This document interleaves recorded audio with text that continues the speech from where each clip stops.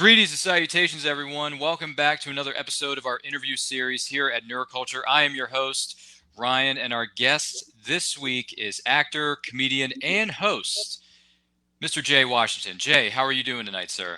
I'm good, Ryan, man. I'm good. Thanks for having me. How are you? I'm doing well, sir. Thank you very much for being with us. We do appreciate it. And to let everybody know who is watching us live, we appreciate that. If you have any questions for Jay tonight, we are going to save some time at the end of the show to take some of your questions. So if you have anything, put it in the comment section. We will be monitoring that throughout the course of the show tonight. Thanks for being with us. So, Jay, first things first, what or who perhaps got you into reading the comic books that eventually led to you watching the TV series and movies? Man, it's a little bit of me and then my friends growing up because I grew up on the south side of Chicago. I always tell everybody that. And when I was growing up, it was hard to go out because it was very violent in the neighborhoods. And so I would always grab them when I would go to my grandmother to like Walgreens. They used to have the comic racks there. And so I would grab comics there and then I would read them and always want to keep getting new issues. And then my buddies would start introducing me to other characters. And so I would read off of them.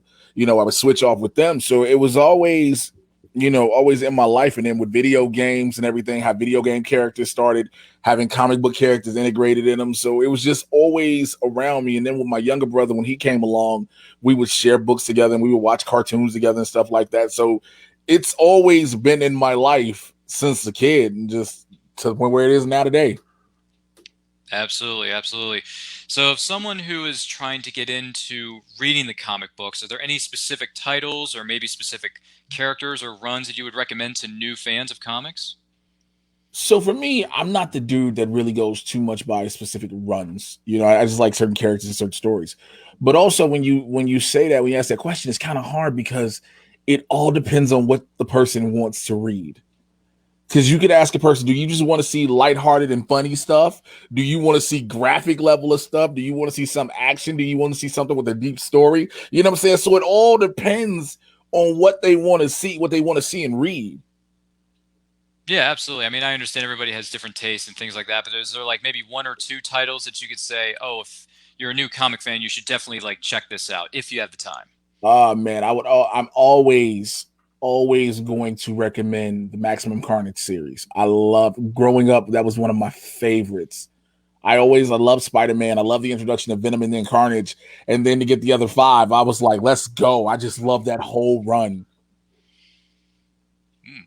That's a good one. Definitely a good pick. Definitely a good pick. Would it be maybe another title that you would recommend, or is Maximum Carnage like everyone needs to check this out now? It's one of the best things going. No, that wouldn't be, it would never be one of the best things going. It'd be one of the things I definitely recommend people check out. And of course, for me, another thing also, I would always go to a Black Panther run. I would always tell them to go to the issue 52 of the Fantastic Four when he's introduced and then go into things. And then if you really want to get a real good, deep Black Panther run, go to the Ta-Nehisi Coates run. You can go to a bunch of different ones, but I say the Ta-Nehisi Coates one is the one I would send people to. Definitely, definitely. Any comic book based TV series you think everyone should at least check them out, whether they are from the past or something that's airing right now today? Oh, that's a difficult one. Now that's where it's weird because it's so comic book TV shows, they're hit and miss. And when some are a hit, they're a hit. So it's like I can tell people go back through the Arrowverse, but it's hard because you got to give them certain seasons and everything. Like Arrow, I tell everybody the first two seasons of Arrow are arguably some of the best television ever done outside of just being a comic book show. But then I'll tell people watch Legion, but you literally have to watch Legion. Like Legion was one of those shows you couldn't just be like this and like, yeah, so what? And you had to be focused on the screen. Um Daredevil was one of the greatest things done the way Netflix did that. Daredevil was amazing. What other ones? Other ones. I always have people watch obscure ones just for the hell of it, just so they can believe this was a thing. There's Nightman. He was a Marvel character. He's on Amazon Prime. This dude got struck by lightning and had the telepathic ability to read the frequency of evil in a person's minds. He was a jazz player. Yeah. Wow. Yes. Can't say Yeah. I've heard of this character The before, but thing, now I'm now gonna I'm say this, interested. obscure ones. There are obscure ones, and it's like there's a lot of them people have never heard of. And so when people will forget that, people will be like, wait, what? And because I'll tell them that, and then I'll go like, oh, there's other superheroes that weren't just normal mainstream comic book characters, like watch Mantis. Like that was one of the things back in the day. And so these are superheroes that aren't comic books, but they're still a hero, and they never got the full just due. But Nightman is an actual character. I'm gonna have to check some of this out now. I gotta either read it or check out the series at some point. Gee whiz, that sounds really intriguing to me. And another run, the Christopher Priest run of Black Panther, the Ta-Nehisi Ah. Coates and the Christopher Priest runs, best two runs. Okay. All right. Good ones. Good ones. Definitely for sure. Now, we know that there's a difference between, and people put these lists together for themselves all the time. There's a difference between having movies that are your favorite movies and those that you consider to be the best. So some people say, "Oh, I like this movie because it's really good." But like for instance, in the Indiana Jones franchise, my favorite is Last Crusade. But if I had to pick which one I think is the best of them all, or the best one that's been made, it has to go back to the original, which would be Raiders of the Lost Ark. That movie is just so Yes. good in the way it's put together from A to Z. So to kind of go into that next question, if you had to put together a list of your top 10 favorite comic book based movies, what would you put on that list?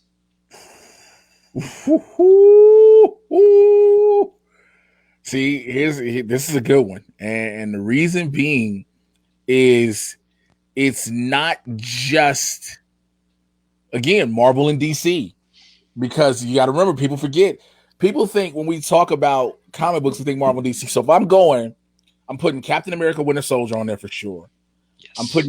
putting Avengers Infinity War on there before I'm putting Endgame, because this was the first time we got a comic book movie that was the villain story. Well, more so Black Panther is the villain story too, if you think about it. But Black Panther goes on that. The Dark Knight goes on that. 89 Batman goes on that.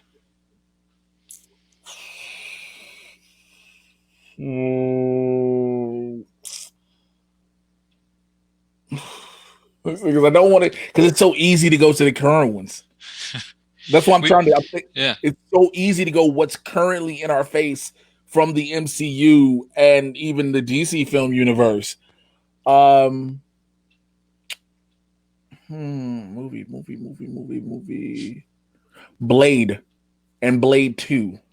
Oh. Blade Trinity, I laughed a lot through Blade Trinity, but it's not the best movie you want to look. This movie where Wesley Snipes didn't even care that he was in the movie. You know what I'm saying? Like, and he was Blade. He was Blade. So it was like, uh, Yeah. damn. I recently did a rewatch of the entire Blade trilogy, including the I know it's the only first two episodes of Blade the series that they did With through sticky Spike TV fingers.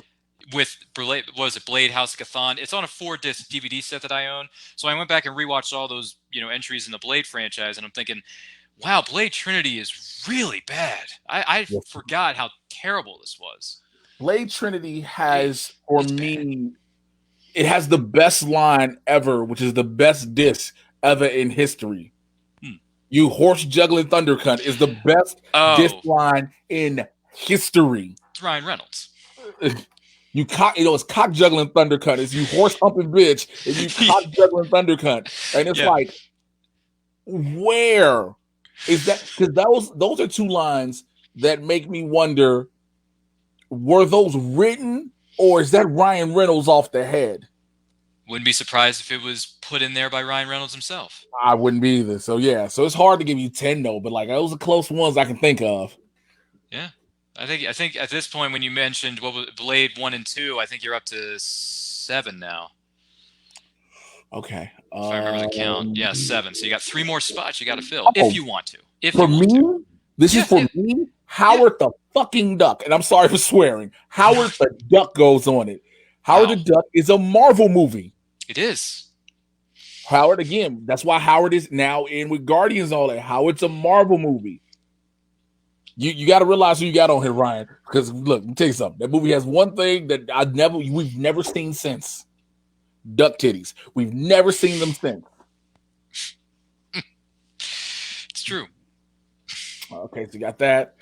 Yeah. Um, Oh my gosh. comic Leah books. Thompson being in it doesn't hurt either. No, not at all. Uh, Teenage Mutant Ninja Turtles 1. Yes. Yes. Love that movie to pieces. People forget Turtles are a comic book. They started as a comic strip thing. And Mm-hmm. 1 is the best for me because it's so dark. It's close to what the comics were before the TV, the cartoon. Because Mm-hmm. the comics are dark. And so 1 gave you close to a dark version of that. And so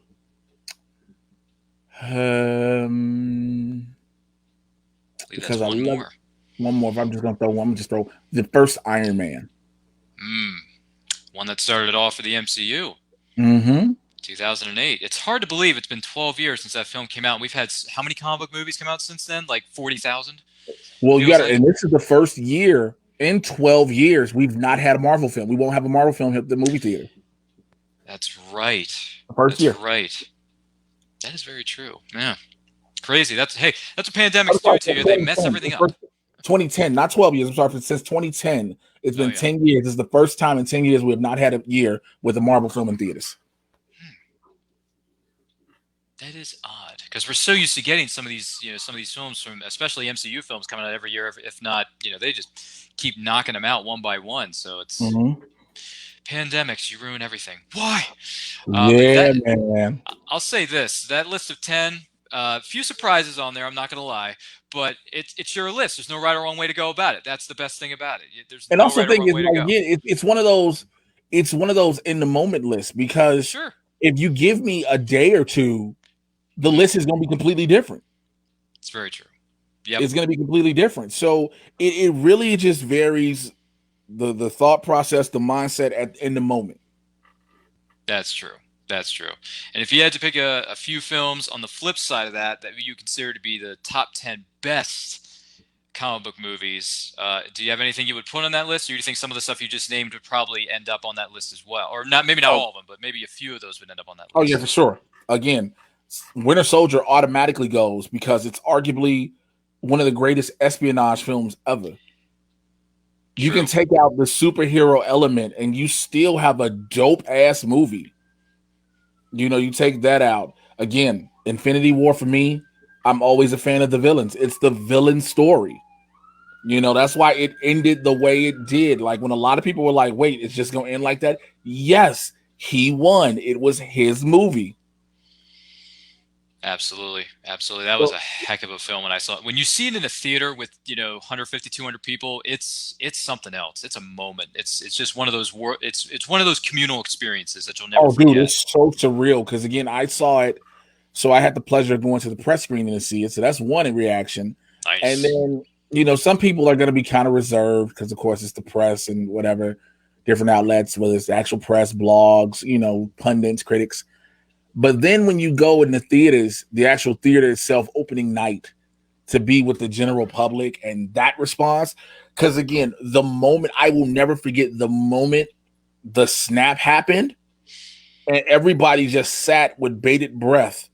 And when the first time you saw you saw Bucky go, and everybody was like, oh. And then the Mr. Stark, I don't feel so good. That just triggered waterworks everywhere. Because people were like, wait, this is not, it's not over. And you just keep seeing it happen. And then again, you get to the end where you get to the garden and you see Thanos just sit down and smile. And it just done.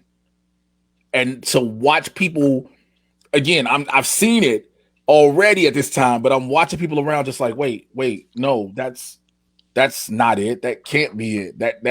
That's in the movie. Like, no, there's more, right? There's a post-credit scene, right? Nope. Well, I mean, yeah, you get the post-credit scene, but it's like you get it, you know what I'm saying? But it's like, nope. It's not what you think it is. Absolutely. Yeah. The villain wins, and it's something that in certain cases, when people go to these movies and they see these comic book films, they're not really all that used to having the villain, excuse me, win at the end of a film. They're used to, yes, there's obstacles, yes, there's challenges the hero has to overcome eventually to defeat the villain or villains, depending on which Mhm. studio's putting it out, which character you're following throughout the story. But when Thanos snaps his face, and he actually did the snap, I'm like, wait a minute. We've I think heard there that was a was the biggest possibility thing he more was than going to do anything. it. We heard he may do it, but I didn't think it was actually going to go down. And when it does, I mean, like you said, everyone in the theater was like, "Did that really just happen?" And then everyone starts to dissipate and disappear with the dust, and we're like, "No, Because no, again, like you said, comic yeah, book fans, we know of that panel in the comics where you just see this. right." And so comic book fans are like, yo, they got to do the snap, right? Because he's got to kill everybody. And you're like, this is Marvel. They're not going to kill half of all existence. And then you just see him go, boom. You're like, oh, whoa. And then you see it happen. And you're like, okay, they did right by this. Absolutely, heck of a film. It is certainly one of the best. I mean, for me anyway. I think it's one of the best comic films ever made by any studio with any amount of characters because the way it all built up to that moment, it's insane. It's crazy. A lot of us, whether you're a moviegoer or a comic book fan, didn't know if it would be humanly possible to put something like that on the big screen, but it worked. And Josh Brolin as Thanos, talk about pretty much pitch perfect casting. That guy's a beast. He And knows we how to play nobody an evil thought would person. be. And nobody thought, like, we were like, yo, Josh Brolin is dope at acting. Like, yeah, but then we're like, we're talking Thanos. Like, we need somebody because we're naturally thinking we need somebody super jacked up. Not Yeah. because we see what happens with Ruffalo as the Hulk, right? And so we're not really thinking that we really want CGI, but we're like, you're probably gonna have to have it. But the way they did it with Brolin is what made it work because Thanos looked real. Yep, believed every word he was saying, believed every movement that he made, and when he moves Mm-hmm. his hands and he chokes Loki, and then he does all that crazy stuff on was it the ship carrying Thor and his people at the very beginning. It's like, man, this is serious business. Like you think his crew, the people he worked, his I forget the name of the group of guys that works with him, but you The got Black them. Order. Yes, I'm sorry. Yes, the Black Order. They're doing their thing, but then when Thanos comes in, it's like, oh, this is Well, real again, serious. this was one of the parts in the movie in Infinity War Sure. that kind of should have let us know that the snap would happen. Because again, for the first time ever in a Marvel movie, within the first 5 minutes, you are watching people get murdered, not just destroyed, not just blown away. You are watching murders happen, like Heimdall murdered. Loki's neck is broken with his thumb. Like this is in the first 5 minutes of the movie. Yeah, by that point, you know that you're going to be on for a wicked and crazy wild ride, and some of your favorites may not make it out of this. So you better stay tuned because there's a lot more to come, of course, within the 2.5 hour time frame. Yes, there is. Any other films that you would want to add to the best comic book movie list for you personally? As of right now, I can't say because again, brain's kind of scrambled. It's been a long day No, it's flying and cool. It's cool. I know I'm yeah. kind of putting you on the spot. I just thought I would pose the question. But No worries, no worries. moving into something else that may not take, hopefully won't take as much time, trying to come up with a crazy good looking list of comic book movies. There is something that has been going on the internet for a number of years now, and this is something that is called the Movie Trivia Schmodown. It's Mm-hmm. basically a combination of a bit of a UFC slash WWE meets trivia feel, where they put competitors, they have singles matches, they have teams divisions, they have the Inner Geekdom division, and they have the Star Wars division. They put those competitors in the ring, and they find out who is the best competitor of them all within certain divisions. And there are lots and lots of competitors over the years. There have been factions, there have been managers. Mm-hmm. You're a veteran of that, and perfectly honest with you, I'm a big fan of the Movie Trivia Showdown because it takes some of the stuff I loved about pro wrestling when I was watching when I was younger, takes my love of movies and smashes them together into one juicy, good-looking sandwich. If I had to name it after a food item. So when it comes to the Movie Trivia Schmodown, how did you end up getting involved with the MTS? So my integration into that comes through me being when I was doing Screen Junkies, when Mm, I was doing movie fights and stuff, because that's how I met Ken Knapsack. Because Knapsack was working with them, and I would always be on movie fights, and I would do TV fights, and Knapsack was like, "Hey, you're a wrestler, right?" I was like, "Yes." Yeah. So we used to talk wrestling. He was like, "Yo, you should come check out the Schmodown." He was like, "It's like wrestling, and it's with movie trivia."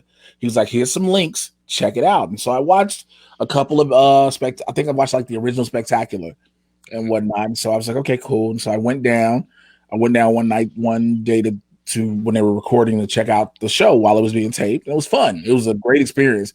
And again, dealing with the movie trivia and answering the questions in my head and sitting with people watching the game and whatnot. And so I remember Christian came up to me, I think it was after that, and was like, "Hey, you think you could do this?" I was like, "I probably can."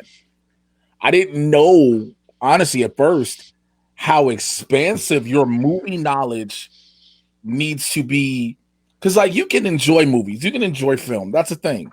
But when it comes to the trivia of it, you have to be tunnel vision almost when you're watching a film. And so I did it. And then I remember when I first came down to do the promo and stuff, and Christian had heard about me. He didn't know who I was. And that's when I cut my first promo. And Christian was like, "Wait, what? How do you know how to do this?" I was like, "Yo, I've been a wrestler for almost 20 years. What are you talking about?" And he was like, "Oh, you'll get this completely." I was like, "Yeah." So like, what are you trying? Like, what do you want? Faces, heels, however that goes, all that. Like, I got it instant because I knew it because it's in my blood being a pro wrestler. And so I had my first match with I think it was Andrico. Yeah. Had my first match with Andrico. I lost that one, but it was fun. It was fun. I was like, cool, okay, cool. I get it. And then again, I wanted to keep playing around with it. And he was like, Christian asked me, how did I feel about being a manager? I was like, I don't care. I don't care. I'm on camera. I don't give a shit. That's literally how I felt. Like, I'm on camera. I don't care. And so, because at the point, like, it's cool playing the game, but again, as the personality, as Jay Washington, the personality is Jay Washington, the figure that knows he wants to get himself known out there more and get his name out. Yeah, I'm on camera. I don't care. And so that's how that came to be, and like pretty much the rest is history. And then it got to the point where my schedule, I'd been fortunate to have a lot of good things start to happen. I'm saying post pre COVID, pre the world shut down. Yeah, Things were absolutely. rolling. Things were Yeah. rolling and things are going great. And they were taking up my time where I couldn't dedicate the time I needed to for that. And I started getting back in the ring. So I'm wrestling more again. I'm back in better shape. So I'm wrestling. I'm doing stand up. I'm acting. I'm booking commercials. I'm booking TV show roles. I'm doing all this. I'm appearing on a bunch of networks. I'm hosting my own thing. It's go, go, go. And I don't have the time. So I pull back, but I get to watch still and see what goes on. And then I got asked to be the advisor because I was supposed to be one of the managers for the season. I was like, yeah, I can do it. But again, you know, overloading on everything with everything I had. And then also more so than anything, being a father. That's my first and foremost thing. That's my number one thing above anything. And so I had to pull back and he was like, hey, you can be an advisor to Swag since you and Winston got this thing, y'all doing this stuff together. I was like, that's fine, whatever. And so that's been the case, man. Again, it's, people ask me, yo, will you ever come back full time? Like, I don't know. If the door opens, possibly yes. I've done a couple of the exhibition matches. I did the Back to the Future exhibition match, had a ball with that. I've done MCU matches, of course. Anybody ask, I'm doing that. So I've had fun doing those. But as far as being back full time, I don't know. But again, it's amazing to watch the elevation of it and the growth and the evolution of it, especially with the partnership with Skybound and seeing how much is put on and the bringing in different people and again, Kevin Smith was always eventually a thing to happen for sure, but getting Jericho involved has been a big thing. All these different things. Absolutely, absolutely, and it's great to see what it has become, especially within the last 2 years alone. It's been insane with the number of factions and the number of competitors that have entered the ring, and we got a lot of them coming up from the fan leagues now, and they're making names for themselves, and they're going after those belts, those shiny belts that people want to have around their waist. At the end of the day, because that's the thing about certain. I think this is the thing with all sports. If you're going to be in anything, the key is to be the champion. You want to be the best. And if you don't want to be, because that's a saying that I've heard over the course of time, especially when I was watching pro wrestling. If you don't want to be the champion, why are you here? If you don't want to be the top person in the business, it's kind of like, why are you here? But then again, I'll tell you why. I'll tell you why when it comes to wrestling. Sure. You make hella good money. You don't have to be, you want to be the number one guy, the number one girl. You want to be that person on top, get the endorsements, to have the theaters, the movie studios, and the ad executives coming to you. You want to be that person. But if you can't be that person by what them letting you, but you can be that person on a whole nother level and still make that, what's wrong with it? Again, I bring up the New Day in that situation. Yes, Kofi Kingston was WWE champion, but the New Day been rolling for the longest.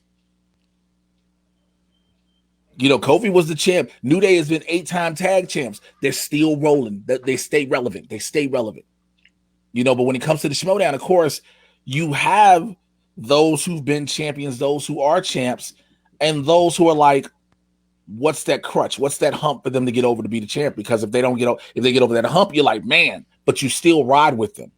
You still like, yo, I believe in this competitor. I believe in this person. You have that, when it comes to Star Wars, yeah, people like, yo, who is really going, at the time, people like, who gonna knock off Alex Damon? Then you get Ace Cabrera come in and you're like, oh, okay. And now you're like, who gonna do this? And then you start having those inner geekdom for the longest when it was like, okay, cool, this is going around. This is Mike. This is Rachel, blah, blah, blah. Then here comes Kevin Smets. And you're like, wait, what? Who's going to actually beat him? And then you finally get somebody in Chandru. So it goes and it shows that, yeah, people believe in this and people do want to be the top and fight for it. And again, the community behind it is great as well. Absolutely. 100%. I mean, before I go to my next question, one of my favorite things about the Movie Trivia Schmodown, with the personalities that they have with certain competitors and certain factions and all that, I'll say this right now. I'm a big Corruption fan. I'm a huge, I will be Corruption. Honestly, to me. So in other words, what you're telling me, you like to make a lot of terrible decisions with your life. I got you. Cool. No, not necessarily. No, it's fine. No, I've been a fan of the Killer Kalinowski ever since he came through the door. Ever since he had his first match with I believe it was Ashley V. Robinson at the time. Mm-hmm. Ever since he came through the door, I've been a fan of Mike Kalinowski since the very beginning. So in a way, Mike Kalinowski with Corruption, I'm ride or die. I'm going to be corrupt. To me, Corruption reminds me of, and people may disagree with me on this, and that's fine. This is just the way I interpret it. Mm-hmm. Corruption reminds me of the NWO days or the NWO Wolf Pack, because they got that red and black in their colors, in their shirts, and the way they carry themselves. And Shannon is a great manager. I'm not going to lie. I think Shannon is incredible. Kalinowski, leading the pack with his partner Chance, incredible. And they're the team champs right now. And congratulations to Corruption, because you guys rock it. And then you got other members of Corruption, such as, was it Marisol, and you got the Coyote, Adam Collins, who are coming up. It's insane. And Corruption, I just want to let you know, Corruption 4. When you're Corruption for life. That's just how I feel. And yes, I do have a Corruption t-shirt in my wardrobe. It's true. I'm really mad you actually tried to compare them to the NWO. I think more than anything else, as somebody with wrestling in his veins and his DNA and the business, I wouldn't compare Corruption to the NWO because you know what? If you would go the initial inception of Corruption, maybe. But I wouldn't put it now. They're now like later years DX. Yeah, I can certainly see that for sure. But that's just my favorite. That's my favorite faction. I wish for nothing but the best. That's just how I interpret it. But going back to your time with the Movie Trivia Schmodown, and like you said, you're taking, you can't commit to it full time. You got other things on your plate. Completely understandable. What did you enjoy more? Did you enjoy competing or managing?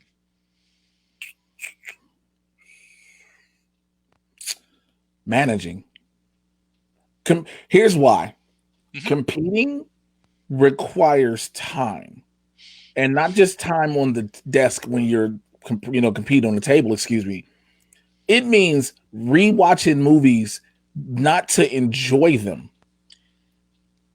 It means rewatching movies to try to take notes consistently and dedicating a lot of time to that. And I don't knock the people who do it all the time. I just know for me, I can't. Because I know for me, my brain, I have OCD and my brain runs off ADHD where I can't just be that. But if I'm watching a movie, I need to watch it to watch it. For me, knowing I have to force myself to watch it to study it, like bit by bit, it takes the joy of watching it away from me and it takes the interest away from me. Being a manager, I get to do what God has given me the ability to do, and that's use this mouth. I have been blessed with the ability to go and know how. All you gotta do is tell me where you want me to go with it, how long, and I can go there. It doesn't matter. Tell me, like if you tell me go this far, but don't cross the line, cool. If you tell me go as far as you want, cool.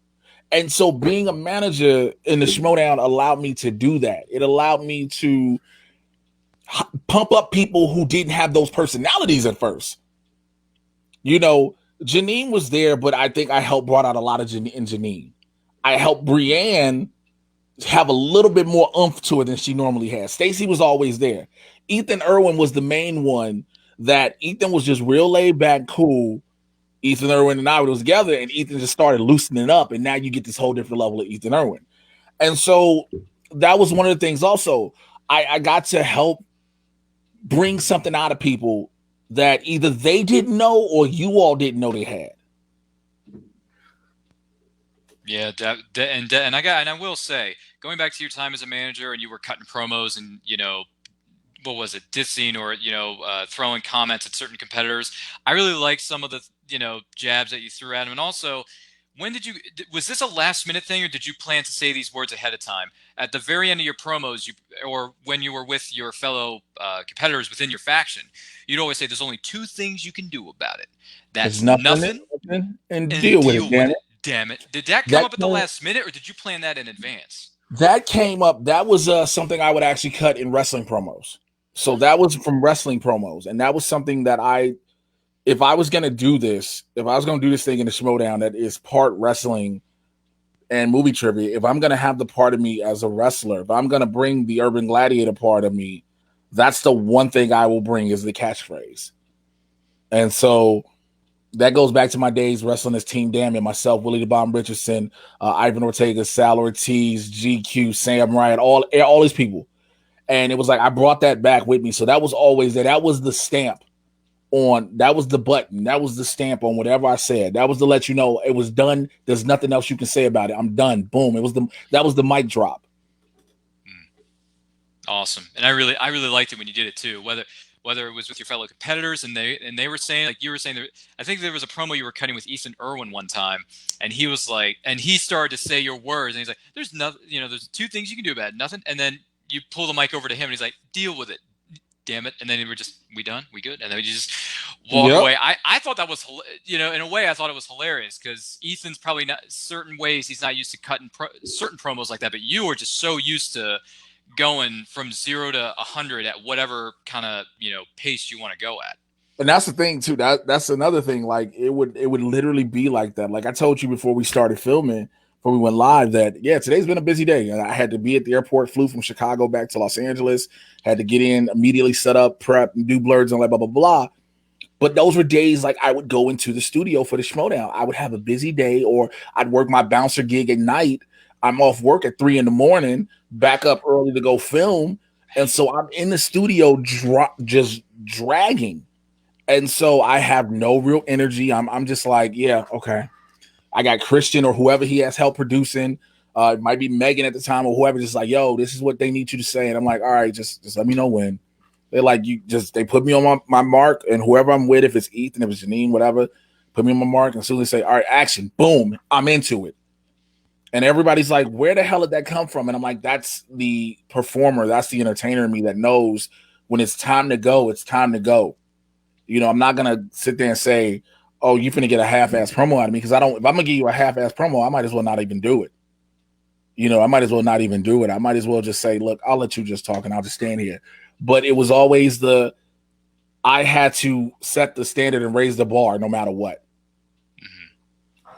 Definitely. Definitely. Do you see, I mean, if you've had a chance to sit down and watch some of the more recent matches and things that have been going on within the Shimona, whether it be storyline or faction wise, do you see any competitors that you think could potentially be the next big thing or the next, perhaps even future I've champion in yet to certain really. divisions? I haven't had time to really sit down and watch any of the matches, so I really couldn't say.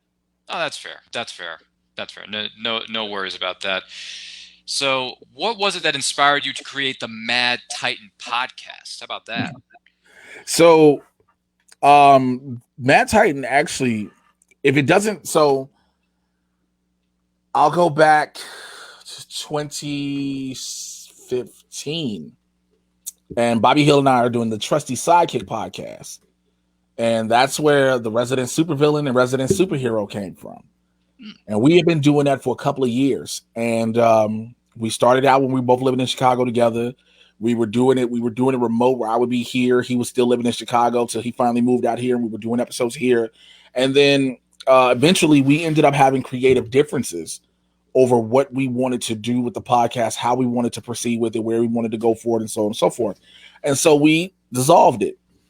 And it was for like a couple of months. I was sitting around. I was like, yo, I still want to do this. I enjoy talking and stuff. I had fun with it. I was like, I know the fan base and the following is still there. If I just say, yo, just switch over, I just got to figure out how to do it. And so I'm a religious dude. So I literally sat down and I prayed on it. I literally prayed on it. And I asked God to give me some guidance on what to do. I was like, yo, just do your thing. And so when it came time to figure out what am I going to call this? What am I going to call this? And I was always like, again, I'm the resident supervillain. What can I do? What could really make this thing pop? And something just said Mad Titan. And I was like, what? And so I started Googling and looking around. And I was like, couldn't find it. I was like, the Mad Titan podcast. And I was like, okay, I'm just going to go ahead and do it. Because the very first episode, I'll never forget, that was the most, I've never been nervous recording an episode of a podcast before as I was that one. And because it was literally me saying, hey, Trusty Sidekick is no more. This is just me. If you've been rolling with me, please just stay with me now. If you thought what we did then, I'm going to step it up some more here. What I couldn't do then, I'm going to do now. You know, all these different things. And the rest has been, dude, it's been amazing. The ride with it has been phenomenal. The love for Mad Titan is amazing. Like I go places now when I'm in different cities and people will see me and they be like, yo, I love Mad Titan. And I'd be like, damn, okay, thank you. And people even have understood because it's just me. Because I'm always open on the podcast. One thing I've always been with everybody who listens to Mad Titan is I'm going to be real raw and straight up with y'all. So I tell people if I missed a week or two, look, it's just me. I got other stuff I'm trying to do. I don't forget about y'all, but you got to bear with me. When I give it to you, I'm going to give it to you. People like, yeah. And then I end up giving, you getting a better episode than what I probably would have given you before. You get more content than I would have given you before. And so, like I said, the love on that and the reach. And then when I found out, when I knew I had something, when I started I was being on these different internet networks out here and going to these different offices and studios, and these people on these TV shows that are Marvel and DC know who you are from what you say and will literally tell you about some of the stuff you're talking about. When I started having people behind the scenes who would hit me up like, yo, this is what's happening. You ain't hear from me. I'm like, cool. So that's how whenever I'm dropping or breaking stuff on Mad Titan, like I will always stand by me breaking stuff about Crisis before anybody else did. Because I was told a lot of stuff by a lot of people and like different things. And so it's just been great, man. It's been a lovely thing. I actually got to record. I probably do it tomorrow. I got to record episode 75. But it's just been great. And like I said, it's surreal. Because if I used to be, and even back during Trusty Sidekick, Bobby will tell you, I used to be, before doing Trusty Sidekick, I'm sorry, when I was on the radio in Chicago for 4 years with a show called Educated Insanity. It was myself and J.R. Bang. And it was at a point when podcasts started being a thing, the station wanted us to take the episodes after we were done and have them dropped in the podcast format. And we would have the interns do it or whatever. And I was like, man, I don't care about no podcast. But then podcast became this thing to blow up. And so I never thought that I would have one, especially being a black dude, being a nerd one, because that's the one thing I was like, yo, it's probably a bunch of black nerd ones, but I wanted to make sure mine was different than anybody else's. That is incredible. I mean, congratulations on that, by the way, with Mad Thank Titan, you. everything you've been doing the last number of years. One of the things that actually this was yesterday was International Podcast Day. So a friend of mine and I, who's a fellow podcaster, his name's Thomas, he and I did a quick show just to say, hey, happy International Podcast Day. Here's why we love podcasting. Then he went into his reasons why he enjoys doing it. I described my reasons for doing it. One thing that I forgot to mention yesterday, and I'll bring this up now. Every time I do a podcast, whether it's this one with the interview series for Nerd Culture or it's my other podcast, which is the Nerdcast, where I review movies past and present. Since I'm a bit young, I'm behind on a lot of movies. So I sit down and I watch as many movies that I've missed out on or that I really want to see that I can. And then I share my thoughts and feelings about those movies on the podcast because I've loved movies since I was 6 years old. I'm not going to lie. I love movies to pieces. So anytime I watch a movie, I want it to be, we all walk in there to a movie. We want it to be good. And we've all had our days where we walk out of the theater, we walk out of a room, we're like, that was not a good movie. What possessed someone to put this piece of what together? But at the end of the day, Waterworld. Yeah, like one of those movies. It could be like Waterworld or something like that. So at the end of the day, the reason I do these podcasts is because not only do I love to share my passion of movies with our audience, but I try to make every podcast as if it's my last episode. So I try to be as informative, but also as entertaining as I can possibly be. That's one of the things that goes through my mind when I'm doing a podcast. I mean, I know it's different for everybody because all podcasters are different, but I'm glad that you brought up, some of the things you've been doing with Mad Titan and, how you kind of got into it and why you do it. You're real raw and you just put everything on the table. I respect and I respect that. Thank you, man. I think that's it. For me, the thing was, like I said, I didn't want to be like anybody else. All I wanted to do, no matter what, is I wanted to talk about the nerdy stuff that I love to talk about. Sure. But I wanted to talk about it as me. I didn't want to have to go on mic and be somebody different that when you see me in person, it's a whole different ball game. I wanted to let people know the Jay Washington you hear on Mad Titan is the Jay Washington you'll catch walking down the street somewhere, see on a bus or a train, or catch at a Comic-Con whenever they eventually happen. You know what I'm saying? That's the same person. And that was one of the biggest things for me. And like I said, I got to do that on Trusty Sidekick. But again, we split that up. We dissolved. And so I wanted to keep that going and even be even more rawer with it as to who I am. And I think that, like I said, I think that is also what it contributes to the success of it because people respect me being just real. For sure. And we wish you the best of luck as you continue to go through with the Mad Titan podcast and all the other stuff that you're doing. So to take things to a little bit of a different direction, if you will. And by the way, for those of you who are watching us, we really appreciate it. If you have any questions for Jay, feel free to drop them in the comments section. We're about to get to audience questions portion of the show. So if anyone's out there, feel free to drop it in the comments. We will be monitoring it as we go throughout the course of the night. So Jay, here's something for you. Mm-hmm. If you could be guaranteed one thing in life besides money, what would it be? My kids' happiness. My kids' happiness. They are everything to me. My son and my daughter are everything to me. They're the reason why I bust my ass every night and every day. I just want them to be happy, them to be content, them to have what they want. If that means my bank account is a zero, I'm fine with it as long as they have it. So making my kids happy is all that matters to me. Awesome. Definitely. If you could instantly become one, what would you want to be an expert in? If I could instantly become one, yeah, what would I want to become an expert in? Yep, could be anything. Ooh, that's a tricky one because it's a couple things. So off the top of my head, because I was gonna say parenting at first, but then I thought about it like, no, there's no such thing as an expert in parenting. You're only an expert with your kids, and then you ain't even an expert then. Actually, it would be what's in my heart. Wrestling. I want to because I pay attention to what the business has been, what the business is currently and where the business is going.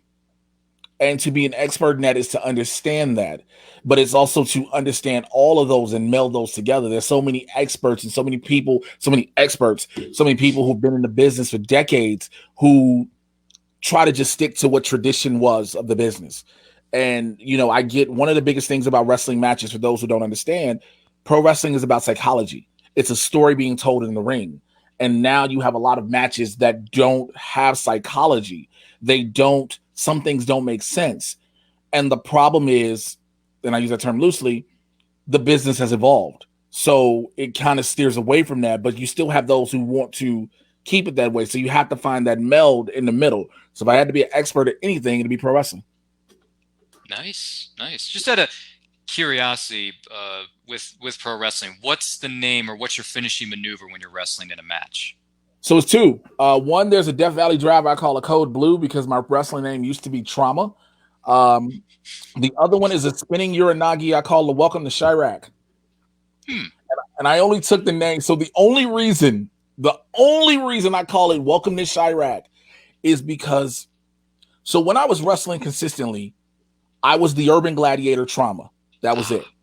Okay. Was wrestling as the Urban Gladiator Trauma. I was part of Team Dammit. Then I became a member of the Soul Touches. It was Urban Gladiator Trauma with the Urban Sensation, the Urban Idol, Hot Chocolate, all that. That was blah, blah, blah. These other people. And when I had to step aside from wrestling due to my neck injury and allowed, stand-up started happening, acting started happening. And I started building that career.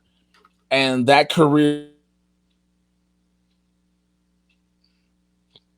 started building out and started trying to take it seriously again. Being Jay Washington was the thing. I had to be Jay Washington, but the Urban Gladiator's coming with me, right? So being the Urban Gladiator, Jay Washington. Well, one of the things when I got back into wrestling, Jay Washington has done, one of Jay's major things he had done was be in a major motion picture. He's one of the stars of a major motion picture. In the major motion picture, Spike Lee's Chirac. Well, Chirac is also built based upon the south side of Chicago, where Jay is from. So I figured if I was going to have a finisher, I wanted to call it something that was an homage to home and what people now know Jay Washington from. Because there's so many people who know Jay Washington as the internet pundit, the nerd, the geek, the movie trivia Schmoedown manager, the stand-up comic, the actor who forgot that Jay was a wrestler. So if I had to mix all that and give you someone who he is, Welcome to Chirac was the finish I would do. Well, that's nice. Now too. Sure. Yeah, and I remember when I was watching wrestling, Death Valley Driver, I do remember that maneuver. I know other wrestlers have done it, but one of the first wrestlers I saw, put the Death Valley Driver on somebody was Perry Saturn. Yep. It was one of the first wrestlers I remember seeing. Yep. And it's all about doing it the right way to make it look impactful too. Yeah. Because anybody can pick them up, boom, driver. It's all about when you take them, cradle them, and bring them down with you, but you protect them and everything, so it looks devastating. Oh, yeah, for sure. What's one bad habit that you are trying to get rid of? Sweets late at night. I already know what that is, beyond sweets late. I am, man. Look, ain't no thinking about that one at all, bro. I got a bad late night sweet tooth, and I be trying as much as I work out. Like I said, told you, I'm exhausted, but I'm drinking coffee now. And when I'm done with this, I'm going to take a couple of pre-workouts and I'm going to do at least an hour workout to get my body still going. But late at night, no matter how much I work out, I will find a way in my kitchen to have something sweet, even though my body will tell me, what are you doing? I was just home in Chicago. And one of the things I found, so there's this thing, these Reese's peanut butter cup chocolate peanut butter cupcakes, freshly. These things are amazing. They what I consider a blessing of the angels, but in all actuality, they are a pact between the Lord and Satan. And I know I shouldn't have them, right? No, I shouldn't. But I was like, damn it, I see them, and I know I can't find them in Los Angeles. I bought 2 packs of them while I was in LA, brought them back here. They are sitting on my dresser. Now I play a game with myself called How Long Will They Sit Here Before Jay opens them up at 12 o'clock at night? Whew, man. My late night sweet tooth is it's the worst. Like I'll find myself now Sure. because I have a mini fridge in my room. I'll drink a muscle milk. I'll drink a muscle milk at night, so at least I know I got that sweetness out my system. But it's protein, it's healthy, it's not dairy. I'm good. Let's go. Like I gotta do that. Wow. I love it. I love it. I love the answer. I love the answer. Hey man, you asked for the truth. That's the honest to God I, truth. I love it. I absolutely love it. Don't get me wrong. Do not get me wrong. So to kind of in somewhat of a different direction, somewhat.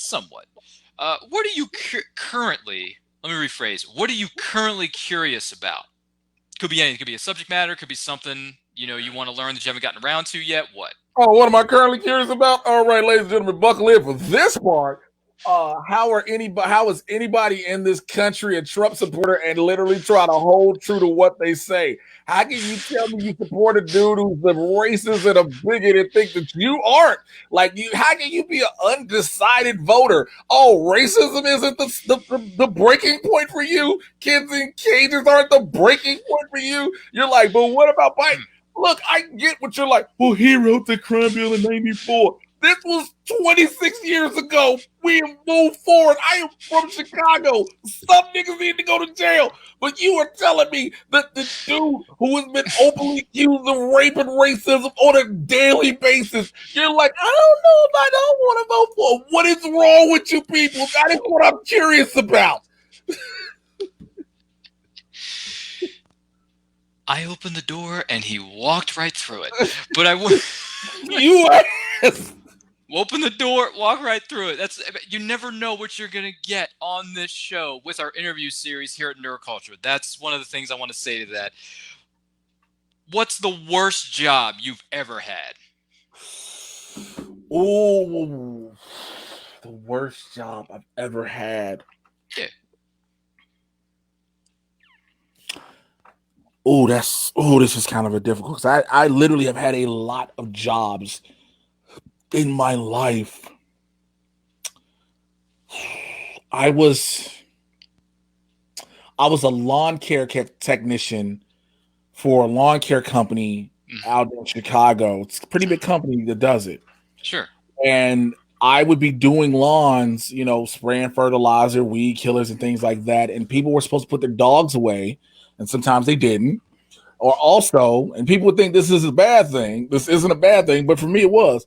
I would hear a lot of people having sex in the house while I'm doing lawn treatments, and I'm nosy, so I try to listen and see, and then I'm burning up lawns with fertilizer and weed killer because I just sprayed it in one spot too long because I didn't heard something that sounded like he didn't hit the bottom on this chick, like he didn't, and like I'm like, oh word, and now I'm sitting there spraying fertilizer in the wrong spot. I didn't kill the ladies' roses across the way, like I didn't do this thing. Then I had a prostitute come and try to solicit me while I was putting gas in my tank. She told me for $30 I could take her in the back where the fertilizer was and get it in. I said, ma'am, I am not about to go to jail for those $30, first of all. Secondly, if I'm going to have sex with you on fertilizer, what does that say about my penis? I need to respect my penis even more. Not the fact that I'm just I'm horny. Also, for $30, you know what I'm saying? I got to pay you to have sex. You know what? No, we're going to get in the bed. I'm going to go get a pallet, put a blanket on the floor or something. We're not going to have sex on top of 80 pounds of fertilizer. And so I had that happen. I had the police pull me over one time thinking I'm trying to harass the neighborhood. How in the fuck am I trying to harass the neighborhood? I got a beige shirt, some green work pants on, and galoshes. What type of harassment am I doing with a box Rhino truck with a clipboard that says I'm finna do these houses? Like the worst job. Wow, a lot of chronicles. A lot of chronicles during that job and situation, I will say. So kind of bring it back, if you will, onto the nerdy side of things, with the nerd culture side of the tracks. What's the favorite thing you've bought this year that's kind of nerd related, whether it's a statue or an action figure or a comic book, something like that, or if it's a movie prop, could be anything. What would you say is your favorite item you've bought this year?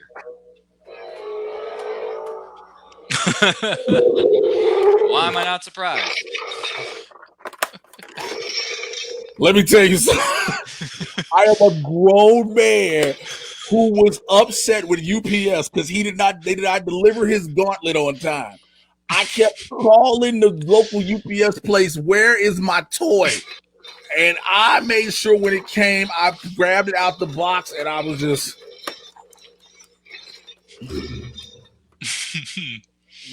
Does this answer your question? What's the I'm favorite? sorry. First I of all, can't help myself. it's been during quarantine. I ain't had nothing to do. Do you understand how fun it is just to sit home sometimes on Instagram and just scroll through pictures and send replies and DMs like, "Hey, what you doing, shorty?" Like I'm scratching myself with this. Oh man, but that's a great item to have.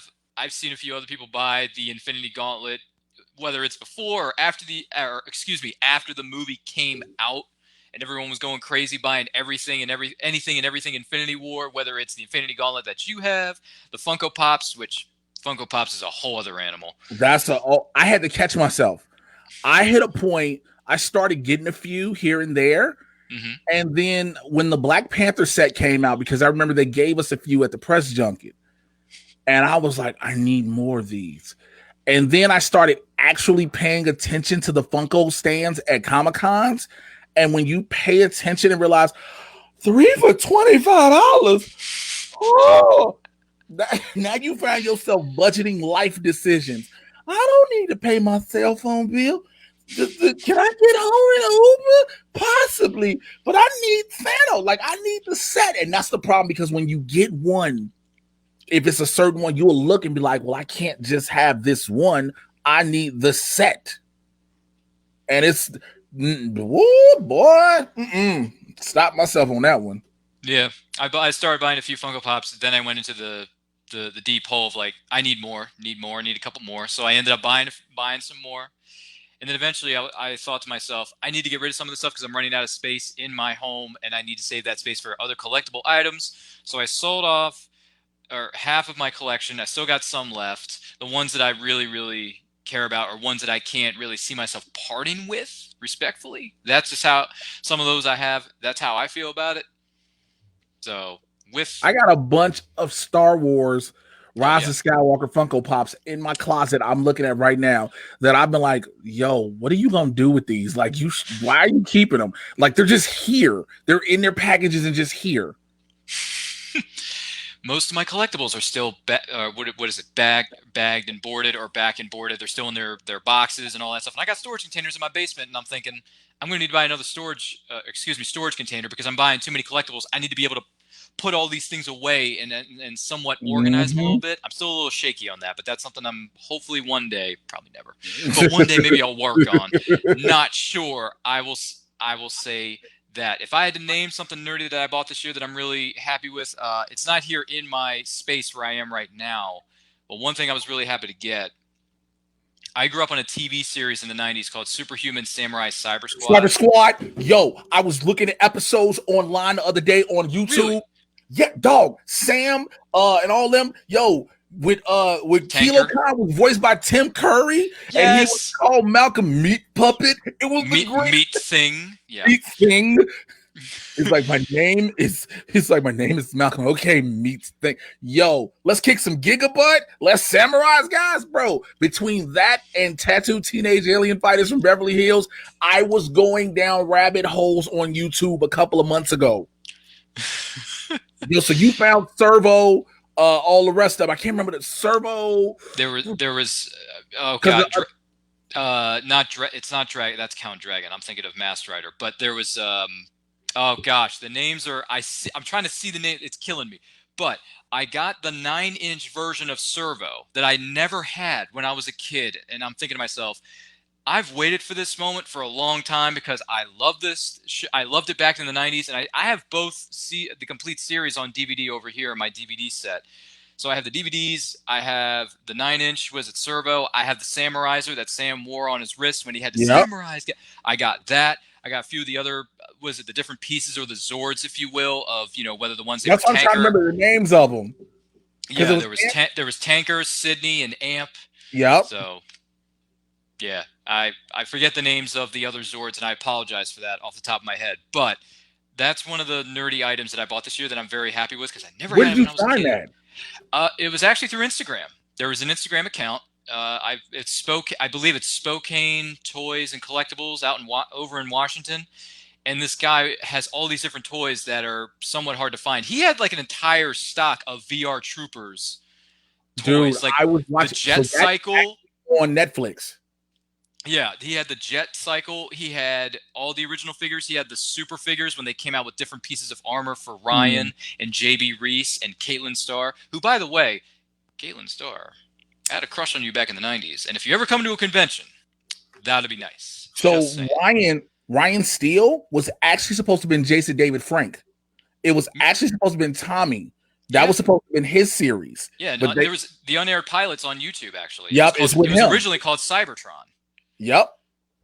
Again, we can go down this rabbit hole if you want. Let me tell you, when I found VR Troopers on Netflix, I think I watched like the first 5 episodes, but then I realized, oh, this is terrible looking now.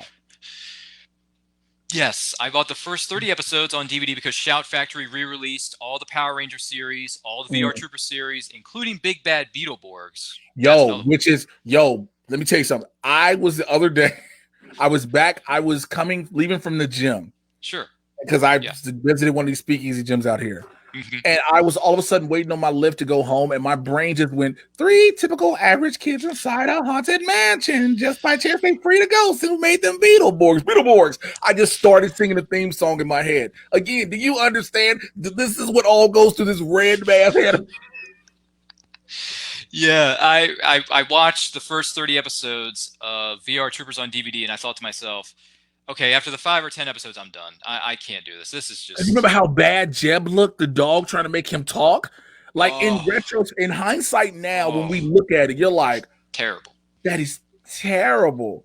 The fight sequences, the civilian fight sequences, and the theme songs, especially the fight songs. Oh my goodness, was that soundtrack killer in the 90s? Mm-hmm. So actually, one of my homies now was on VR Troopers. No, Percy. Oh my gosh. Yeah, my homie Aaron is Percy on there. Oh my. Yep. Kid. That is something. Man.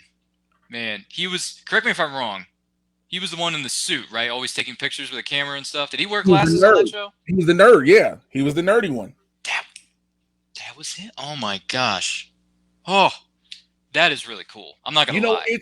That's one of the things too about this industry I work in and just being a part of it, whether it be interviewing somebody or I've been on sets working on the same TV shows, commercials, and films with people I grew up as a fan with.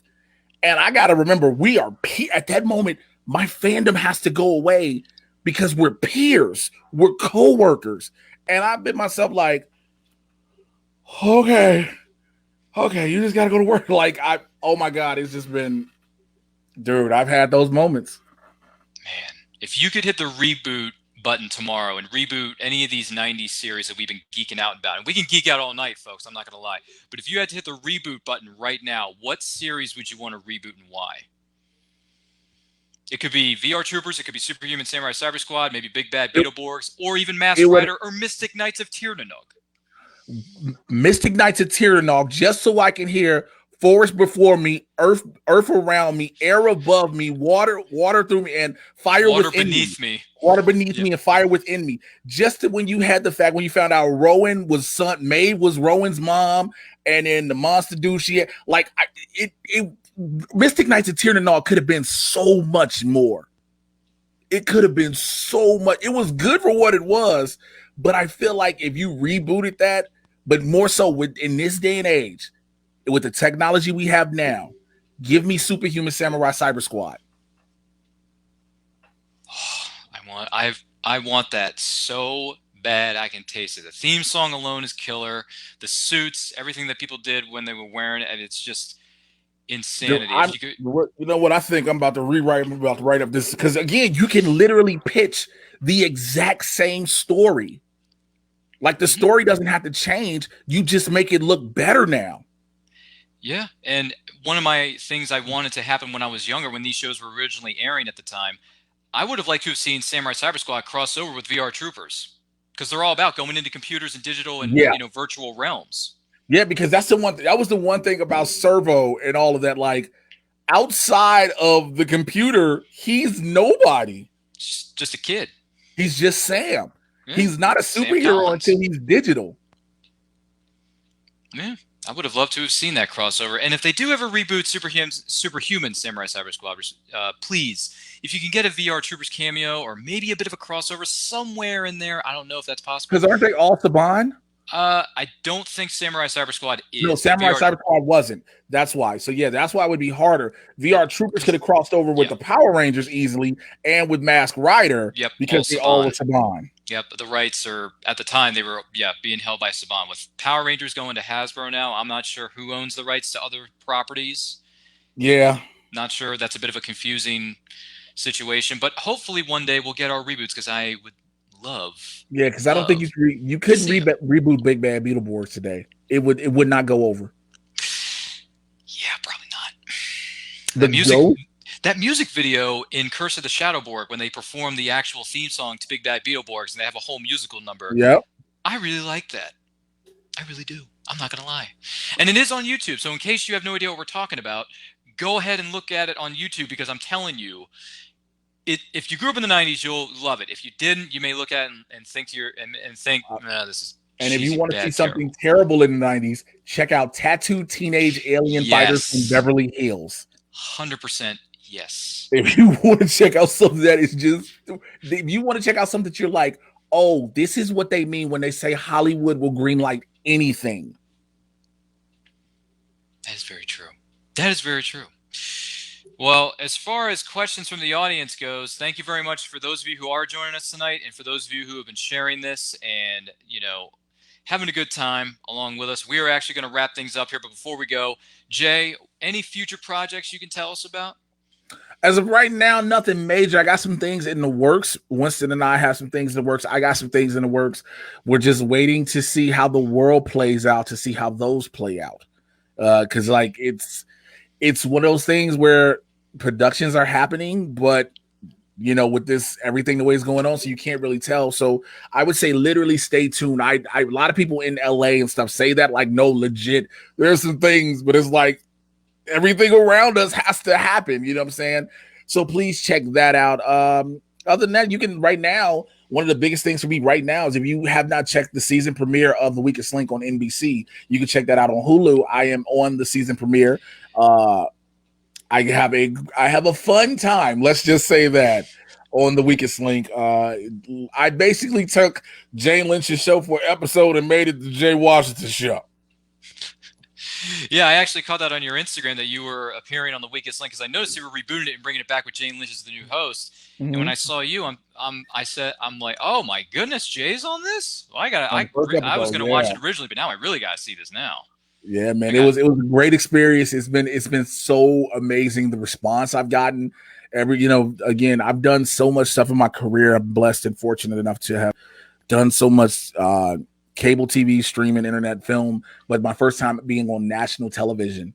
And so it definitely was a great experience. Yeah, big moment for you. So where can everyone find you on the interwebs, good sir, for everything that's going on? Yes, instantly. You can find me on Twitter and Instagram at Mr. J Washington. It's MRJAY Washington. You can check out my YouTube channel if you want, youtube.com/JAY Washington 80. I got to find some more movies to be reviewing. I used to do a bunch of movie reviews when there were movies happening. That was a thing. I was doing a bunch of those. And also I'm doing a lot of TV show reviews as far as comic book TV shows. Well, guess what? I need those to happen.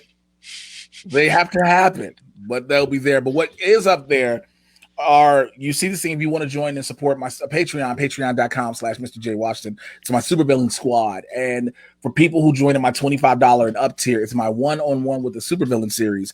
And what that is we sit down for at least an hour and talk about whatever they want to talk about. It's not about me, it's about them. And I've had some of the best conversations I've ever had with them. And so all of those episodes are up and available on my YouTube channel. The Mad Titan podcast, of course, everywhere you get your podcast from. I get you caught up on all the things happening in the Marvel and DC live action and cinematic universes. It's Barbershop Talk for Nerds. Come on in that convo. And every Tuesday, Wednesdays and Thursdays, 2 p.m. Pacific, 5 p.m. on the East Coast. Blurs in the Hood. Myself and Winston A. Marshall. We cover the world of pop culture news, everything in between. It's two black dudes, two black nerds, and we are unapologetically black, but we have a great time, a lot of laughs with that. Every Monday, catch me on Game Time with the Outlaw John Rocco on the Outlaw Nation YouTube channel. And as of right now, that's all I think I can think about. My goodness, you're a busy man. But we want to take this opportunity to thank our guest this week, Jay Washington, for being with us here on Nerd Culture as part of our interview series. Some of those interesting questions that I posed to Jay a little bit earlier on, those are actually, this episode is powered by Poddex. Poddex are the hottest new tool for podcasters looking to have more meaningful conversations or gamify their podcast. Simply shuffle up, ask a question, let the content roll. Get yours today at poddex.com. Use the promo code NERDCULTURE for 10% off your order. And this ridiculously good-looking shirt that I am wearing right here, right now, that says 250 subscribers on it, that is one of our many Nerd Culture t-shirts you can find on our Redbubble. Make sure you check us out there. We just passed 250 subscribers a few weeks ago. We are so thankful for everyone who has supported us and who has liked, commented, shared our videos and our content. Thank you so much for doing so. But you can follow me on Twitter and Instagram at RyanRPM5 and check out Nerd Culture on Facebook, Twitter, and Instagram at It's Nerd Culture. Check out our YouTube channel. Like, comment, subscribe, do all that stuff. We'll see you next time. Have a good night, everybody.